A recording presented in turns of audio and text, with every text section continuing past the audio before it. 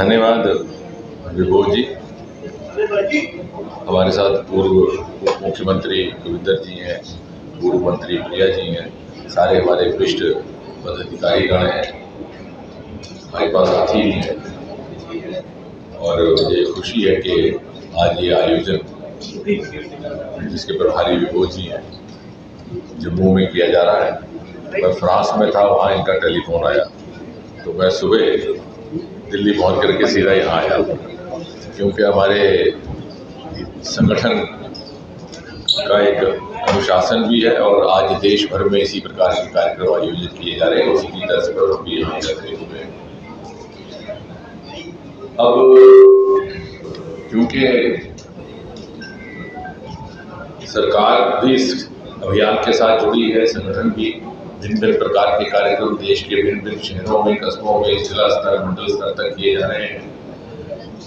उसमें गोष्ठियाँ भी शामिल हैं, संवाद भी है, प्रेस वार्ताएं भी हैं। इसलिए मुझे लगता है कि और बहुत सारी प्रदर्शनी भी है, तो बहुत सारी बातें ऐसी हैं जो आपकी जानकारी में पहले ही आ चुकी भी होगी और बहुत सारी बातें आपको पहले से ही सुनने को मिली भी होगी। इसी तरह से बहुत सारी बातें आपको लगता है कि दोहराई भी जा रही हैं और एक बार फिर से आपको दोहराने के लिए यहाँ पर बैठा है। तो मैं कोशिश करूँगा not to take the risk of being repetitive and causing boredom, तो एक दूसरे पर्सपेक्टिव से इस विषय को रखने का प्रयास, क्योंकि मुझे एक ये भी सौभाग्य हासिल रहा कि शुरू से लेकर आखिर तक 11 वर्ष बड़ी नज़दीक से इस सरकार को देखने का अवसर रहा, लगातार निरंतरता के साथ देखने का अवसर रहा और उस दिन, उस क्षण से आज तक जब पहली बार मोदी जी ने शपथ ग्रहण की थी। तो ये कहानी शुरू होती है 26 मई सन 2014। Story begins in the evening of May 26, 2014। और मैंने उस दिन एक छोटा सा ब्लॉग लिखा था, बाइलिंगुअल।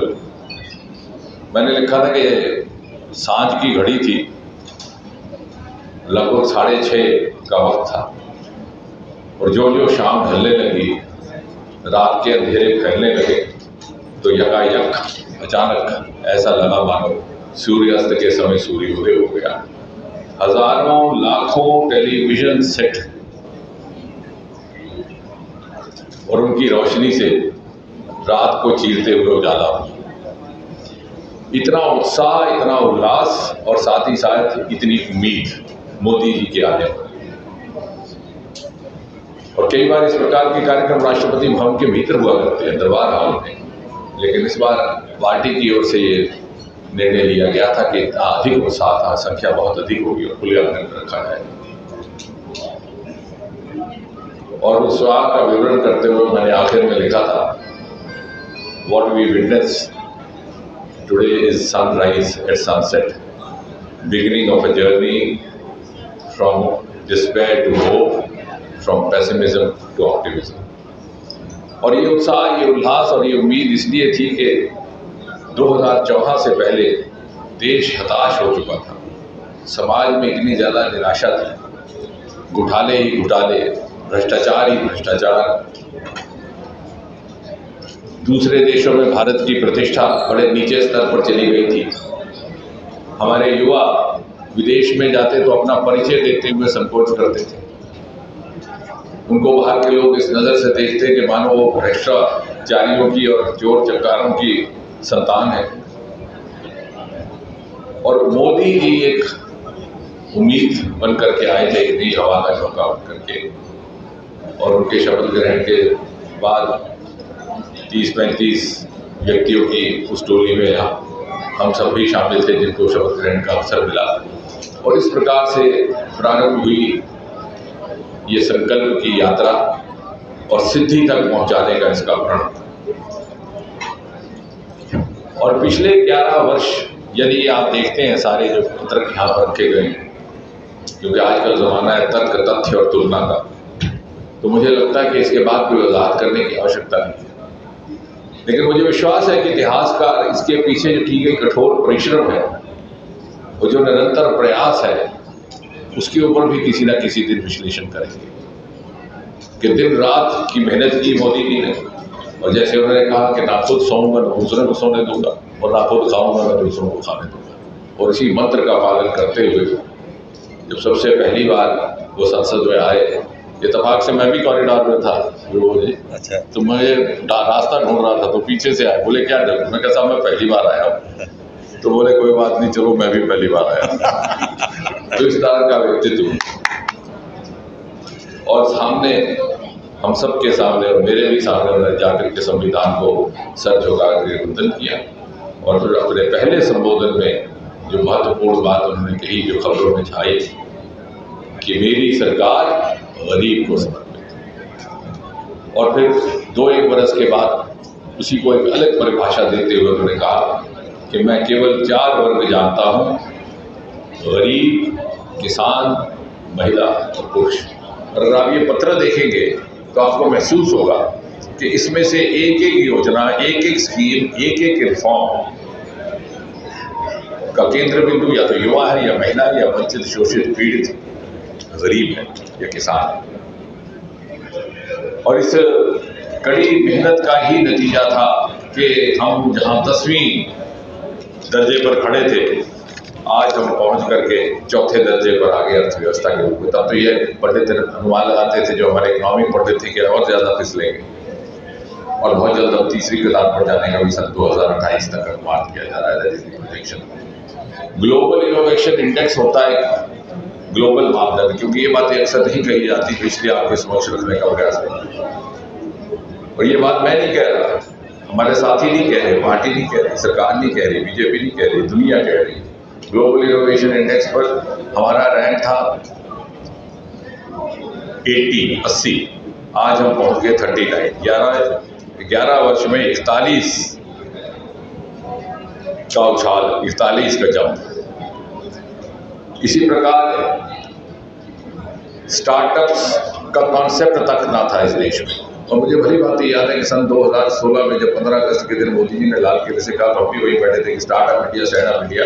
तो शाम को बहुत सारे लोगों ने फोन करके पूछा कि इसका अर्थ क्या है, और देश भर में ढूंढ कर अगर स्टार्टअप से तो मात्र 350, आज वो बढ़कर के लगभग 1,70,75,000 हो गए, और हम स्टार्टअप की दुनिया में 3रे दर्जे पे आके खड़े। और इसके पीछे प्रतिबद्धता भी चाहिए, निष्ठा भी चाहिए, निरंतर प्रयास है। इसी प्रकार स्टार्टअप्स की बात करें तो पेटेंट फाइलिंग रहती है, जो एक मापदंड दुनिया देखती है।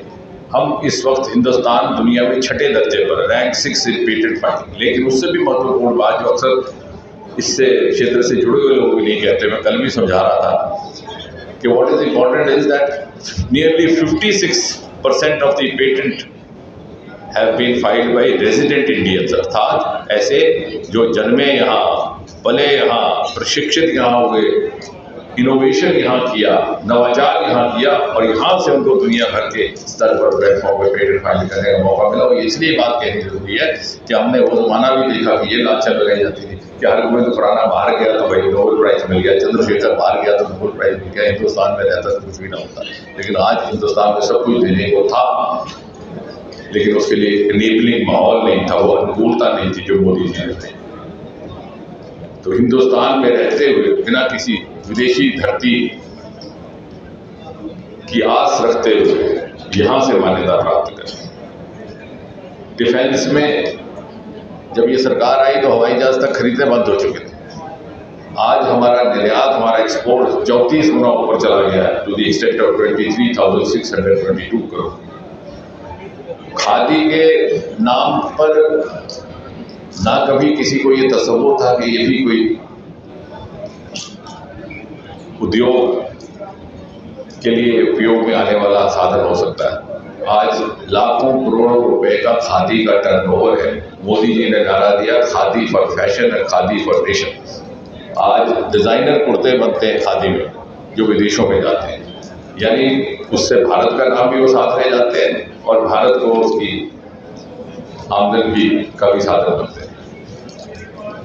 अब यदि अगर आप मुझे संक्षेप में पूछें कि मोदी जी के गवर्नेंस मॉडल का हॉलमार्क क्या, हाईलाइट क्या, तो मैं समझूंगा कि उसको अगर सरलीकरण करना हो तो you can categorise it in 4 classes.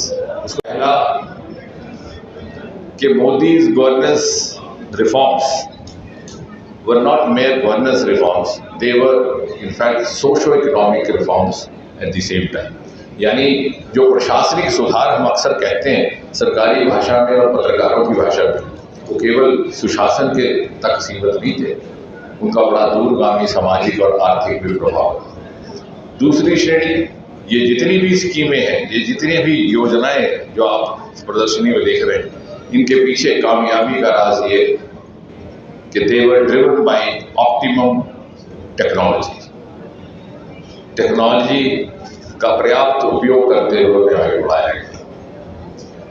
अब मैं इसके बाद इसकी मिसाल नहीं दूंगा, इसकी तो तीसरा, Modi ji introduced a new culture, new world culture, the culture of saturation rising above vote bank, अर्थात जिस चीज की जहां आवश्यकता वहां पहुंचा दी, जिस व्यक्ति को जिस चीज की आवश्यकता है वो उस तक पहुंचे, भले उसने वोट दिया हो कि ना दिया। ऐसा कल्चर कांग्रेस के जमाने में ना था। हमने देखा कई मोहल्ले छूट जाते थे जहां से वो कांग्रेस को वोट नहीं मिलता था, वहां पानी की नाली नहीं डालते थे। ये यहाँ जहां बैठे हैं त्रिपुरा नगर से एक बार हमारे पास शिकायत आई थी कि एक मोहल्ला छोड़ दिया गया। और चौथा, futuristic vision but rooted in Indian ethos, यानी आधुनिक साधनों का भरपूर इस्तेमाल करना, परंतु अपनी विरासत के साथ समझौता किए बिना। अब अगर आपको मैं 2-2, 3-3 उदाहरण दूं, क्योंकि गौर जी ने हमें अनुमति दी आधा घंटा बात करने की, तो ये बता भी देंगे कब बंद करना है। तो जब मैंने कहा कि सोशो इकोनॉमिक, तो एक अक्सर बात जो कभी जिक्र में नहीं आती, लेकिन मैं आपको याद करवाना चाहूंगा अगर, कि सरकार बनने के तुरंत बाद 1-2 महीने के बाद जो पहला एक फैसला हुआ था, जिसका बहुत ज्यादा चर्चा नहीं, बहुत ज्यादा मीडिया में भी नहीं आया, वो था कि अंग्रेजों के जमाने से चली आ रही एक कुरीति थी, उसको समाप्त करने का निर्णय लिया गया। Dubious legacy of the British empire, कि हर नौजवान को अपने दस्तावेज गेस्टेड अफसर के साथ जाके दस्तखत करवा के अटेस्टेशन करानी। और हम आप जब जिस परिप्रेक्ष्य से आते थे, जब 9वीं 10वीं कक्षा में पढ़ते थे, कहा जाता था कि अटेस्टेशन कराओ, गेस्टेड अफसर के पास जाओ, तो हमें ये नहीं था मालूम रहता कि गेस्टेड अफसर कहाँ उपलब्ध होता है। और कल्पना करता था हमारा बचपना कि शायद 2 आंखें की जगह 3 आंखें होंगी और 2 लाख होंगे। और मैंने खुद 11वीं कक्षा में जब मेरे अटेस्टेशन की दिक्कत आई, तो एक बड़े बुद्धिमान सज्जन मिले, उन्होंने कहा साहब सारे कागज हमें दीजिए और साथ में 5 रुपए दीजिए, हम शाम तक आपको अटेस्टेशन करके वापस पहुंचा देंगे। वो 5 रुपए भी हमारे एक मित्र ने दिए। ये कितना दूरगामी, यानी जब मैंने कहा कि this also has a socio economic impact, तो would you realise that this single decision sent out a message that look here, now we have a prime minister, now we have a government which has the capacity to trust the youth of this country. जिस देश में 70% युवा हो, यदि आप उन्हें विश्वास ही नहीं करें तो आप अपना देश कैसे चलाएंगे? फिर तो कल आप अपने बच्चों से भी कहेंगे कि मास्टर की मार्कशीट किसी तहसीलदार या डीसी से अटेस्ट करके लाओ। और उसके बाद इत्तेफाक से ये भी मेरा ही विभाग था, डीओपीटी। उसके बाद 15 अगस्त 2015 में लाल किले से मोदी जी ने कहा कि क्या ये इंटरव्यू की प्रथा समाप्त नहीं हो सकती। ये भी अक्सर चर्चा नहीं आती बात, लेकिन मैं युवाओं की दृष्टि से बात करने का प्रयास कर रहा हूँ, क्योंकि अक्सर ये शिकायत आती थी कि जिसके 100 हुआ करते थे रिटर्न में, उसको इंटरव्यू में फेल कर दिया जाता, और जिसका पक्षपात करना होता तो उसे इंटरव्यू 100 लेकर के ले लिया जाता। और मुझे गर्व है कि इससे भी विभाग डीओपीटी का ही जुड़ा था। 3 महीने में मात्र हमने पूरी प्रक्रिया संपन्न की, और 1 जनवरी 2016 में आदेश जारी कर दिया गया, इंटरव्यू केवल क्वालिफाइंग होगा, उसके अंक नहीं रखे जाएंगे। जम्मू कश्मीर में वो लागू हुआ गवर्नर राज और 370 के हटने के बाद। इसी प्रकार लगभग 1600 ऐसे नियम थे जो हमने हटा दिए। और मैं कहा करता हूं कि अक्सर at the end of the day जो ये कहानी सुनाते हैं अपने नाते नातियों को, जब मैं मंत्री था मैंने ये कानून लाया, जब मैं सेक्रेटरी था मैंने ये कानून लाया। मैंने कहा हमारे साथी ये कहानी सुनाएंगे कि जब मैं था तो मैंने ये कानून हटाया, मैंने अटेस्टेशन से मुक्ति दिलवाई, मैंने इंटरव्यू से मुक्ति दिलवाई।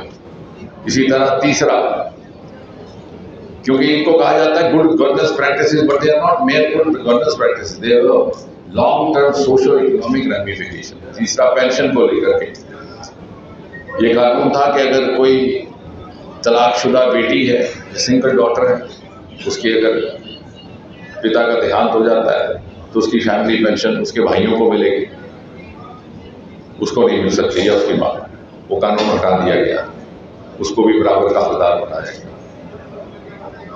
जिस जमाने में हम गुजर रहे हैं उस जमाने के तकाजे को देखते हुए एक और नियम उसके साथ जोड़ दिया गया कि अगर कोई महिला अधिकारी है तो उसको ये भी मोहलत रहेगी कि वो अपने बाद फैमिली पेंशन का हकदार अगर अपने पति के अलावा किसी और को बनाना चाहते तो वो भी बना सकती है, क्योंकि पहले रिवायती तौर पर यह था कि automatically the husband would be the beneficiary. इसी तरह से एक और कानून जो हमने हटाया, जो सरकारी कर्मचारियों को जिसका एहसास होगा कि अगर किसी कर्मचारी की मृत्यु 7 या 10 बरस के भीतर हो जाती है तो उसको फैमिली पेंशन का अधिकार नहीं रहता। हमारा ये मानना था कि वही समय है जब उसकी नौजवान बेवा को ज़्यादा ज़रूरत है, उस कानून को भी हटा दिया गया। या तो आप उसको ये चॉइस दीजिए कि भाई अगर तुम मरने जा रहे हो तो फिर तुम्हें पेंशन नहीं मिलेगी, 10 साल जी लो। अगर आपने if you did give him the choice to die, you have no right to deprive him of the benefit thereof. यानी इस तरह से, और इत्तेफाक से ये तीनों चारों विभाग मेरे साथ जुड़े हैं। 1600 कानून हटा दिए गए। और जहाँ तक महिलाओं की बात करें तो दूसरे विभागों में भी, जैसे महिलाओं का सेना में शामिल होना, सैनिक स्कूल में जाना, और भी कुछ ही दिन पहले किसी ने लिखा कि शायद एक दिन आएगा we have the first woman chief of army staff. महिला पत्रकार तो वही है, बट अब महिला पत्रकार reporting of woman chief of staff. और ये जो हम अनुच्छेद 370 और 35A की बात करते हैं, तो मैंने संसद में भी कहा था कि this is a miscarriage of history, this is a miscarriage of constitution, this is miscarriage of justice. लेकिन आज ये बात जब मैं बात कर रहा हूँ आपको सोशो इकोनॉमिक रेमिफिकेशन की, तो in fact this is also a social reform. 140 crore के इस देश में एक सूबा ऐसा था जहाँ बेटियों को अपने माँ बाप की जायदाद पर अधिकार नहीं था, और अधिकार प्राप्त करने के लिए उन्हें अपने माँ बाप के चुने हुए वर्ग से ही शादी करनी है। अगर वो बाहर कर ले तो वंचित हो जाती है। इसी प्रकार पाकिस्तान से आए हुए शरणार्थियों को नागरिकता का अधिकार नहीं। तो एक समानता देकर के this also is actually also a social economic form. जब मैंने बात की कि टेक्नोलॉजी को कैसे जोड़ा गया, तो ईज ऑफ लिविंग से शुरू करें आप। 2014 से पहले कविंदर जी हमारे मेयर भी रहे हैं, इन्होंने भी ज़माना देखा। इनके दफ्तर में कोई आता और सबसे पहले इनके टेबल पर पहले अपना मोबाइल रखता था, ये बताने के लिए कि I am a mobile owner, mobile user. और अभी आप तक नहीं पहुंचा, मेरे पास है। आज देश में 116 करोड़ मोबाइल यूज़र है, और सिंगल मोबाइल में भी use by more than one, अर्थात 140 करोड़ के 140 करोड़ लोगों के पास मोबाइल है। आज हमने दिखाना भी हो तो किसको दिखाए। ये इक्विटेबिलिटी ऑफ रिसोर्सेस, ये भी इसी सरकार में, ये है ईज ऑफ लिविंग में टेक्नोलॉजी। इसी तरह आयुष्मान भारत के जब आपने लगभग 40-41 करोड़ कार्ड बांटे, तो क्या आपने कभी ये सोचा? क्योंकि मैंने कहा कि दोहराऊंगा नहीं, क्योंकि मैं भी मीडिया से जुड़ा रहा हूँ तो जल्दी बोर हो जाते हैं लोग, क्योंकि घर से प्रश्न लेके आए होते हैं तो इन्होंने वो पूछने का इंतजार होता है, तो इसलिए कुछ ऐसी बातें जो अक्सर नहीं आती चर्चा में। This is the first ever health insurance scheme in the world which insures you for pre existing disease. अगर आप अपनी हेल्थ इंश्योरेंस करने जाए तो आपका पूरा जांच होती है। अगर आपको हार्ट की बीमारी, तो हार्ट के लिए इंश्योरेंस नहीं मिलती, लेकिन यहाँ अगर आज कैंसर का पता चलता है, कल जाइए इंश्योरेंस करवाइए, आपको कैंसर का भी खर्चा मिलेगा। किसी और इंश्योरेंस स्कीम में ऐसा नहीं। तो दिस वाज यूजिंग टेक्नोलॉजी। और इसी तरह डिजिटल लाइफ सर्टिफिकेट, जिसका प्रदर्शनी में भी जिक्र है, आज उसका इन्फोग्राफिक बीजेपी हैंडलों में भी चला, इत्तेफाक से वो भी मेरा ही विभाग था। हर साल हमारे बुजुर्ग को अपने जिंदा होने का प्रमाण पत्र देना पड़ता है, जो हमें लगा कि मानवीय है। मैं तो चाहता था कि वो खत्म ही कर दिया जाए, लेकिन फिर बैंक वालों ने कहा कि कहीं इसका दुरुपयोग भी हो सकता है अगर हम खत्म कर दें। मरने का सर्टिफिकेट तो लेते थे, क्योंकि जब हम अस्पताल में काम करते थे तो अगर मर जाता तो रिश्तेदार को फोन आता कि भाई आते आते डेथ सर्टिफिकेट जरूर ले आना। हमें लगा कि was not a very human practice, तो उसको बायोमेट्री के साथ जोड़ दिया गया, digital life certificate, digital certificate. और अब जब ये एहसास हुआ कि हिंदुस्तान में लाइफ स्पैन बढ़ने लगा तो 75-80 बरस की उम्र के बाद हाथ की लकीरें भी विश्वसनीय नहीं रहती, तो we were the first to introduce face recognition technology for generating life certificate. इसमें ऐप है, मात्र उसमें चेहरा देखिए अपने कैमरे में और 50-55 सेकंड के भीतर आपके बैंकर के पास आपके जिंदा होने का प्रमाण पत्र उपलब्ध हो जाता है। ईज ऑफ डूइंग बिजनेस में हमारे जो इंटरनेशनल पैरामीटर्स है उनका ये मानना है कि हम 142 दर्जे पर खड़े थे 2014 में, आज हम कम हो गए 63 दर्जे में आ गए। So we are 63rd rank in the world, और वो निरंतर बढ़ता जा रहा है। वो भी इसलिए कि टेक्नोलॉजी इस्तेमाल की गई, क्योंकि हमारे यहाँ गेस्टेशन टाइम बहुत हुआ करता था। अगर एक ने किसी ने लाइसेंस प्राप्त करना है, कोई अनुमति प्राप्त करे, अप्रूवल्स ले लें तो महीने लग जाएगा। इसी तरह ease of education and ease of science की बात करें तो नेशनल एजुकेशन पॉलिसी, उसके साथ जोड़ दिया गया 1 नेशन 1 सब्सक्रिप्शन। जो लोग शिक्षा के क्षेत्र से जुड़े हैं उनको ये समझ होगी, जब एक थीसिस करने का वक्त आता था तो किताब उपलब्ध नहीं होती थी। हमारा गाइड कहता है कि फलां किताब लाइए, तो किताब लानी कहाँ से, बहुत महंगी होती। लाइब्रेरी में जाइए तो कहते थे कि दूसरा स्कॉलर लेंगे। आज सब कुछ ऑनलाइन है। जर्नल्स की हालत थी कि कुछ जर्नल्स को एक साल सब्सक्राइब किया जाता, दूसरे साल दूसरे को, बिकॉज इतना बजट नहीं रहता था। अब 1 नेशन 1 सब्सक्रिप्शन, एक सब्सक्रिप्शन के साथ आपको टॉन के तमाम जर्नल ऑनलाइन उपलब्ध करा दिए जाएंगे। ईज ऑफ एग्रीकल्चर, आज का किसान वो पुराने जमाने का किसान नहीं रहा, आज ही is agrocrat, agro technocrat, agro entrepreneur, agro startup. वो ड्रोन के जरिए सिंचाई करता है, ड्रोन के जरिए खाद इस्तेमाल करता है, ड्रोन के जरिए कीटाणुनाशक दवाइयाँ, और सॉइल हेल्थ कार्ड के माध्यम से ये फैसला करता है कि कौन सी फसल उसको होनी है, कौन सी नहीं। तो ये सारा टेक्नोलॉजी। और तीसरा, जैसे मैंने कहा कि change of work culture converting into saturation culture. प्रधानमंत्री आवास योजना के तहत 4 करोड़ मकान तामीर हो चुके हैं और 4 करोड़ लोग बनाने की योजना है। मैं प्रभारी रहा पूर्वी उत्तर प्रदेश में, मुरादाबाद में, मोहल्ले के मोहल्ले जिन्होंने कभी बीजेपी को वोट नहीं दिया, कभी बीजेपी को वोट, हमने उसके वीडियो भी चलाए सर, एक एक मकान पक्का बन गया। और मैं उनको पूछता था हंसते हंसते कि मकान मिला, वोट नहीं डाला था, तो वो मुस्कुरा के जवाब देते। यानी वोट किसको डालना है, किसको नहीं डालना है, ये हमने छोड़ दिया नागरिक के विवेक पर। हमारा फर्ज था उस तक पहुंचना जिसको हमारी जरूरत है। इसी तरह उज्ज्वला योजना में 10 करोड़ गृहिणियों के घर पहुंचा, ये ना पूछा कि धर्म क्या है, जात क्या है, किस पार्टी को वोट देते। मुद्रा योजना, स्वनिधि योजना, कभी किसी देश में कहाँ यहाँ पर कभी रेडी वाले की चिंता नहीं की गई थी। या तो उसको धक्का मार के साइड में कर दिया जाता है, या फिर पुलिस वाला चलान करता है उसके लिए। और 13,781 करोड़ रुपए अभी तक वितरित कर दिए गए। जल जीवन मिशन के तहत 50% घरों से बढ़कर के 80% घरों तक नल का पानी पहुंचाया गया। और अगर कनेक्टिविटी की बात करें तो 99% कनेक्टिविटी का यहाँ चार्ट मैंने देखा। रोड कनेक्टिविटी इन दी कंट्री 99% हो गई, लेकिन उसमें ये बात जोड़ दे कि हमारे उधमपुर का जिला पिछले 5 साल से पहले 3 दर्जे में है in PMGSY roads, all India district ranking में। और वंदे भारत हमारे यहाँ 136 है, उसमें से 3 तो यहीं पर चल रही है, जम्मू कश्मीर। पहली जब वाराणसी चली तो उसके फौरन बाद जो दूसरी चली वो दिल्ली से कटरा की, और फिर कटरा से दिल्ली, और जब ये कहा गया कि उधमपुर कठुआ भी होनी चाहिए तो वो भी की। और कनेक्टिविटी की बात जम्मू के वहीं से करना कोई ज़रूरी नहीं लगता, क्योंकि हाल ही में इतना बड़ा काम हुआ कश्मीर घाटी को देश और दुनिया के साथ जोड़ने का। मैंने उस दिन कहा था कि एक ऐसा सपना साकार हो रहा है जो कभी देखा ही नहीं था, एक ऐसे ख्वाब की ताबीर जो कभी देखा ना था। ख्वाब तो सब देखते, लेकिन ये ख्वाब भी नहीं देखा था कि कश्मीर घाटी हम कभी रेलगाड़ी से जाएंगे। और ये है एक नया वर्ग। और इथॉस का मैंने जब कहा कि while being futuristic also being rooted in the ethos, उसकी सबसे श्रेष्ठ उदाहरण है प्रधानमंत्री विश्वकर्मा योजना। आप अगर कश्मीर में पश्मीने का काम करते हैं, उत्तर प्रदेश में लखनऊ में चिकनकारी का काम करते हैं, मुरादाबाद में बर्तनों का काम करते हैं, किश्तवाड़ में बिन्ने बनाने का काम करते हैं, तो आप भी काम करिए, अपने मुल्क की तहजीब को जिंदा भी रखिए और उसी हुनर के ज़रिए अपनी जीविका कमाने का साधन भी हो। सरकार उसके लिए लोन भी देती है, टूल्स के लिए पैसे भी देती है और ट्रेनिंग के दौरान आपको स्टाइपेंड मिलता है। उल्टा ट्रेनिंग हासिल करने के लिए फीस देनी पड़ती है, यहाँ ट्रेनिंग लेने के लिए फीस दी जाती है।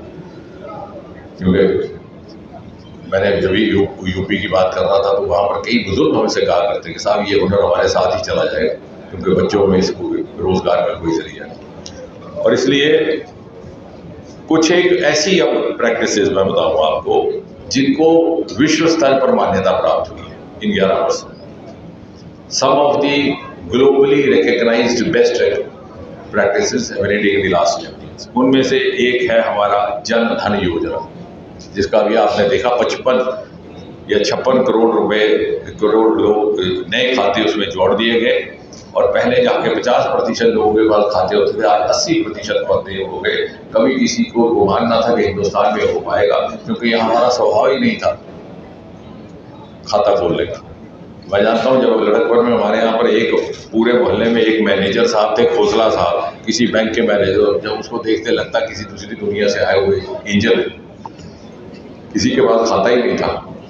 हमने भी तब खोला जब सरकारी नौकरी में पता चला कि खाता खोलना होता है उस देश में, और उसका नतीजा आपने देखा, कोविड में किसी को पेमेंट में विलंब नहीं हुआ किसी को। तो ये बेस्ट प्रैक्टिस ऐसी है कि जिसका विश्व स्तर पर यूएनओ की कॉन्फ्रेंसेज में अंतर्राष्ट्रीय स्तर पे इसकी मिसाल दी जा रही है। रुपए डेबिट कार्ड 27 करोड़ लोग इस्तेमाल कर रहे हैं। और स्वामित्व योजना, जिसका एक बार कार्यक्रम मोदी जी ने यहाँ 2022 में किया था। क्योंकि ये बातें चूंकि मैंने कहा कि मैं दोहराऊंगा नहीं कुछ हटके। You can do the mapping of your farm, your house, your land drone के माध्यम से, स्पेस टेक्नोलॉजी के माध्यम से। आपको पटवारी के चक्कर लगाने की जरूरत नहीं। और जब पल्ली गांव पूरी तरह से उसमें शामिल हुआ तो मैंने पहला मीडिया वालों ने कहा कि आपका क्या रिएक्शन पहला, मैंने कहा मेरा पहला ये क्या पटवारी का क्या होगा, आपने उसको बेरोजगार कर दिया। ये बेस्ट प्रैक्टिस है। इसी तरह से direct benefit transfer 44 lakh crore रुपया लोगों तक पहुंचाया गया कोविड के दौरान भी, और उसमें बचत जो ही है पिलफरेज की वो अलग। इसकी भी मिसाल दुनिया में दी जाती है। और मैं चश्मदीद गवाह हूँ क्योंकि मैं उनको रिसीव भी करता हूँ। मंगोलिया से, भूटान से, म्यांमार से, अफ्रीका से डेलीगेशंस आ रहे हैं इन मॉडल्स को स्टडी करने के लिए हिंदुस्तान में। इसी तरह से डिजिटल लाइफ सर्टिफिकेट जैसी मैंने अभी बात की जो सदुपयोग के लिए, वो भी एक दुनिया के लिए एक बेस्ट प्रैक्टिस की गई। सीपी ग्राम्स हमारा एक एआई जनरेटेड ग्रीवेंस सेल है, इत्तेफाक से उसके साथ मैं ही जुड़ा हूँ। एक ज़माना था सन 2014 में पूरे देश भर से शिकायतों की संख्या थी 2 लाख, सिर्फ 2 लाख, आज बढ़कर के हो गई 26 लाख। जब मैंने मीडिया के आगे ये बात की तो एक मीडिया वाले ने शरारत की, बोले इसका मतलब आपके खिलाफ शिकायतें बढ़ गई। तो मैंने कहा इसका जवाब आज से 150 साल पहले बाबा गालिब दे गए थे। उन्होंने लिखा था कि जब तवक्को ही उठ गई गालिब क्यों किसी का गिला करे। शिकायत वहाँ की जाती है जहाँ पता है कि उसका जवाब मिलेगा, वहाँ नहीं की जाती जहाँ उम्मीद है ना। कहता है ना गई तेरी बेरुखी न गई, हम तेरी आरज़ू ही खो बैठे। तो 4-5 दिन दौड़ता है, कहता है वो किसी और का रास्ता ढूंढो। हम we were prompt, we follow time line.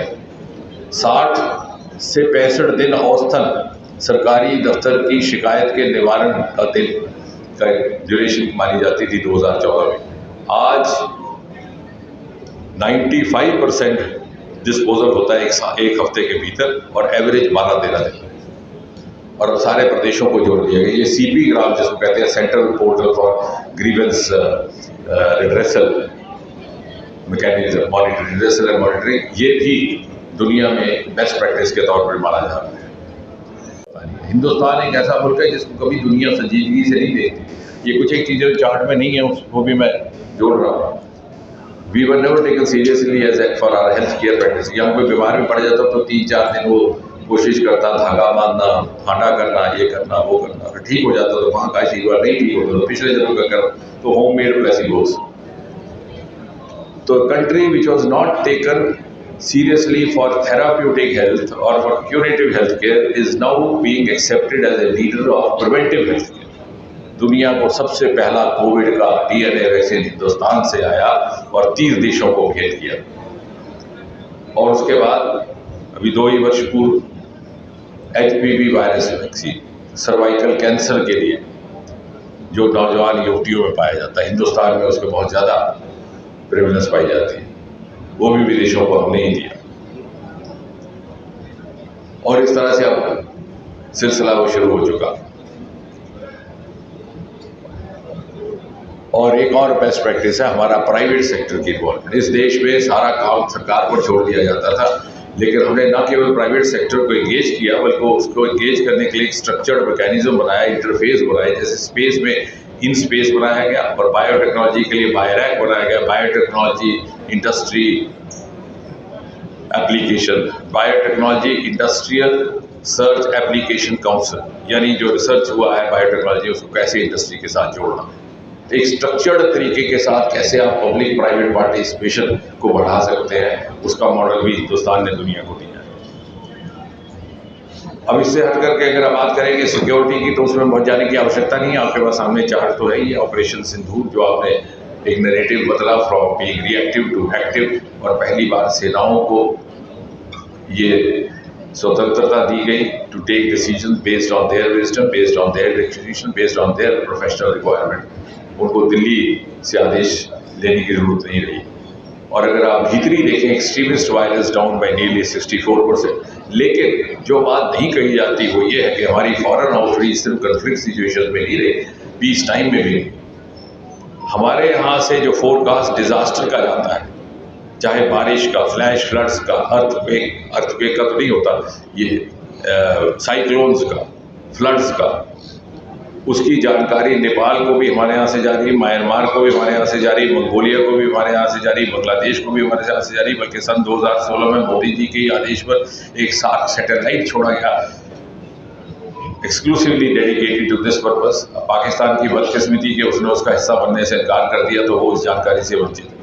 तो यानी our peace time outreach also is there in place. और इसके साथ साथ एक महत्वपूर्ण इन 11 वर्षों में बात हुई कि हमारे वो कुदरती सरमाए जिनको ना कभी देखा गया, ना कभी तलाशा उनको एक्सप्लोर करने का एक प्रयास शुरू हुआ। अब हम 10वें जैसे चौथे दर्जे में पहुंचे, चौथे से तीसरे जाएंगे, दूसरे जाएंगे, पहले जाएंगे। कभी आपने सोचा कैसे होगा वो वैल्यू एडिशन कहाँ से होगी?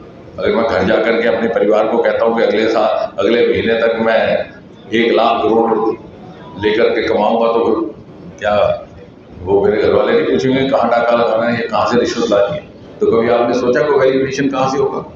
वो वैल्यू एडिशन इन्हीं सोर्सेज से होगा जो पहली बार मोदी जी के आने के बाद एक्सप्लोर किया जाए। उसमें से एक स्पेस सेक्टर, इतना महत्वपूर्ण सेक्टर जो बिल्कुल बंद पड़ा था, बंद दरवाजे में, गोपनीयता के पर्दे में, जब उसको प्राइवेट सेक्टर में खोला गया 3-4 साल के भीतर। और space economy was also almost dismal, today it is $8 billion, और इतनी तेज रफ्तार से बढ़ रहा है कि अगले 8-9 वर्षों में 5 गुना बढ़ के it will be $45 billion and an important component of the future economic growth of India। Startup में एक स्टार्टअप 1 डिजिट हुआ करते हैं, 300 से अधिक हो गए। हमारा दूसरा सेक्टर बायोटेक्नोलॉजी का, अक्सर ये बात कही नहीं जाती थी, लेकिन दुनिया भर में अर्थशास्त्रियों का मानना है कि the next industrial revolution is going to be biotechnology driven, just as the last industrial revolution was IT driven in 1990s। क्योंकि there is going to be a paradigm shift in business and trade, from manufacturing to regeneration cycles to recycling processes to genetically developed products। Animal free milk market में आ गया, animal free mutton market में आ गया। जब दुनिया बढ़ेगी तो कहाँ अपने पशु रुकेंगे, और जिसके पास उसकी व्यवस्था होगी उसकी अर्थव्यवस्था मजबूत होगी। And we are among the first countries in the world जिन्होंने बायो E3 पॉलिसी लाई, biotechnology for economy, biotechnology for employment, biotechnology for environment. और आपको ये भी जानकर के खुशी होगी, क्योंकि पत्रकारों को उसकी ज़रा खबर लगाना आसानी हो जाती है रेडियो के बेस पर, कि शुभांशु शुक्ला को भी हमारे ही डिपार्टमेंट ऑफ बायोटेक्नोलॉजी ने वो किट्स उपलब्ध करवाई हैं, जिनसे उन्होंने वहाँ पर जाकर के प्रयोग करने हैं। At least 6 sets of different experiments कि इंसान वहाँ रहता है बहुत लंबी देर तक, तो उसकी मसल डिसफंक्शन होने लगता है, उसको कैसे बरकरार रखना। या वो निरंतर कंप्यूटर को देखता है तो उसको कॉग्निटिव इफेक्ट्स क्या पड़ते हैं उसकी जहनियत पर, या फिर उसके फिजियोलॉजी और उसके फिजिकल प्रोसेसेस में क्या फ़र्क पड़ता है, या फिर वाटर बेयर एक बड़ा ऐसा लिविंग ऑर्गेनिज्म है which can survive in extreme conditions, तो वहाँ पर स्पेस में या जीरो ग्रेविटी में क्या रिएक्शन रहेगा, या अगर कहीं उगाना हो कोई बीज तो कैसे उगाया जा सकता है साइरोमेट्रिक। तो ये इन 4 एस्ट्रोनॉट्स में से केवल और केवल शुभांशु शुक्ला के जिम्मे ये काम होगा, ना दूसरे अमेरिकन के जिम्मे, ना पोलैंड वाले के और ना हंगरी वाले के। तो कहने का तात्पर्य ये कि जो दुनिया कल करने वाली है वो आज हमने करना शुरू कर दिया। These are the sectors which are going to add value. तीसरा हमारा मैरीन सेक्टर, 11,000 लंबा हमारा समुद्र तट है, 20 लाख स्क्वायर किलोमीटर से ज़्यादा हमारा एम्पावर्ड इकोनॉमिक जोन है सी का।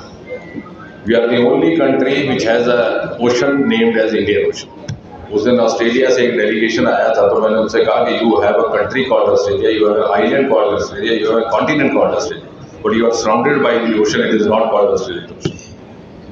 तो मैंने कहा इसलिए कि हमारे पूर्वजों को गुमान था कि इसके अंदर कितनी संपत्ति छिपी हुई है, मेटल्स, मिनरल्स, फिशरीज, बायोडाइवर्सिटी। उस दिन एक ब्यूरोक्रेट बैठे थे, मैंने कहा एक ज़माना आएगा आपको जो इलीगल माइनिंग का यहाँ जम्मू में चर्चा हो रही है, आपको इलीगल माइनिंग इन दी सी उसको चेक करने के लिए अलग सेक्रेटरी बनानी पड़ेगी। और पहली बार इस तरफ नजर जा रही है। अगले साल हमारा एक सबमर्सिबल आदमी नीचे लग जाएगा 500 फुट तक, इत्तेफाक से वो भी डीप ओशन मिशन मेरे साथ ही जुड़ा। डीप ओशन मिशन और बायोटेक्नोलॉजी दोनों विभाग के साथ मेरा संबंध है। मोदी जी ने 2 बार इसकी घोषणा 15 अगस्त के दिन की ताकि नागरिकों में इसकी जागरूकता पैदा हो सके कि कितनी बड़ी संपत्ति है जो छिपी हुई अभी तक दिखी नहीं थी। और मैक्सिमम सी बेड डेप्थ रहती है लगभग 5,000 किलोमीटर।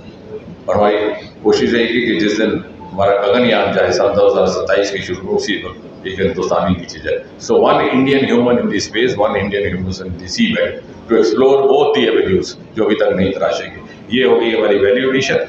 और अगला अनएक्सप्लोर्ड एरिया जो आपके करीब का हिमालय का रोमा मिशन, वो भी इसी सरकार में शुरू हुआ 3-4 वर्ष पहले, जिसका नतीजा ये 3 साल से ज़्यादा लेवेंडर के स्टार्टअप्स और एक नया एवेन्यू ऑफ एग्री स्टार्टअप। ये भरम भी जाता रहा कि अगर आपको स्टार्टअप होना है तो आपको PhD करनी है या आपको IT होना पड़ेगा। ये जो हमारे भद्रवाह वाले स्टार्टअप्स हैं इनमें से बहुत सारे ऐसे बच्चे जिन्होंने ग्रेजुएशन भी नहीं की, क्योंकि दरकार है पैशन, दरकार है जुनून, दरकार है you have to be a good learner and aptitude for technology. और इस तरह से क्योंकि अब आपसे भी बात सुननी है, कुल मिलाकर के this has resulted in rise in the self esteem of a common citizen and rise in his self confidence. जो मैंने कहा कि सन 2014 में अपनी वार्ता शुरू करते हुए कहा था कि हताश हो चुका था इतना देश कि हमारा युवा बाहर जाता तो अपना परिचय देने में संकोच करता। आज हमारा युवा बाहर जाता है और कहता है आई एम इंडियन, तो उसकी रेटिंग बढ़ जाती है। बर्लिन जैसे शहर में मैं गया तो 12 फूड रेस्टोरेंट हमारे बच्चों ने खोले हुए स्टार्टअप्स। तो क्योंकि मैं इन्हीं बच्चों से मिलता हूँ, ज़्यादा इन्हीं से सीखने को मिलता है। बुजुर्गों के साथ मिलो तो मेरे भी साल गिनने लगते, अपने भी गिनते, फिर पार्टी वालों को सुनाते तो और मुसीबत कि कितने साल हो गए। तो मैंने उनसे कहा कि बच्चों 12 फूडलेट्स, तो इतने तो यहाँ हिंदुस्तानी रहते ही नहीं है, because you don't have much of Indian diaspora. तो हंसने बोले कि सर ये हिंदुस्तानियों को खिला के थोड़ी चल रहे हैं, तो वे तो अंग्रेज़ों को खिला के चल रहे हैं। तो मैं कहा बच्चों आपने तो अंग्रेज़ों का भी टेस्ट बदल दिया। यानी our startups also have entrepreneurship skills. तो ये, और मेडिकल वालों से बात की तो वो कहते हैं कि हाँ सर हमारे पास तो फ्राइडे के बाद हम हिंदुस्तानियों को ही इंगेज करते हैं, बच्चों को, क्योंकि बाकी लोग तो चले जाते हैं कहीं समुद्र के किनारे। ये प्रतिष्ठा जो हमारे युवाओं को देश के भीतर और देश के बाहर मिलने लगी, ये इन्हीं सब बातों का नतीजा है जो अब हम पहले 20-25 मिनट में कर रहे थे। और अब जैसे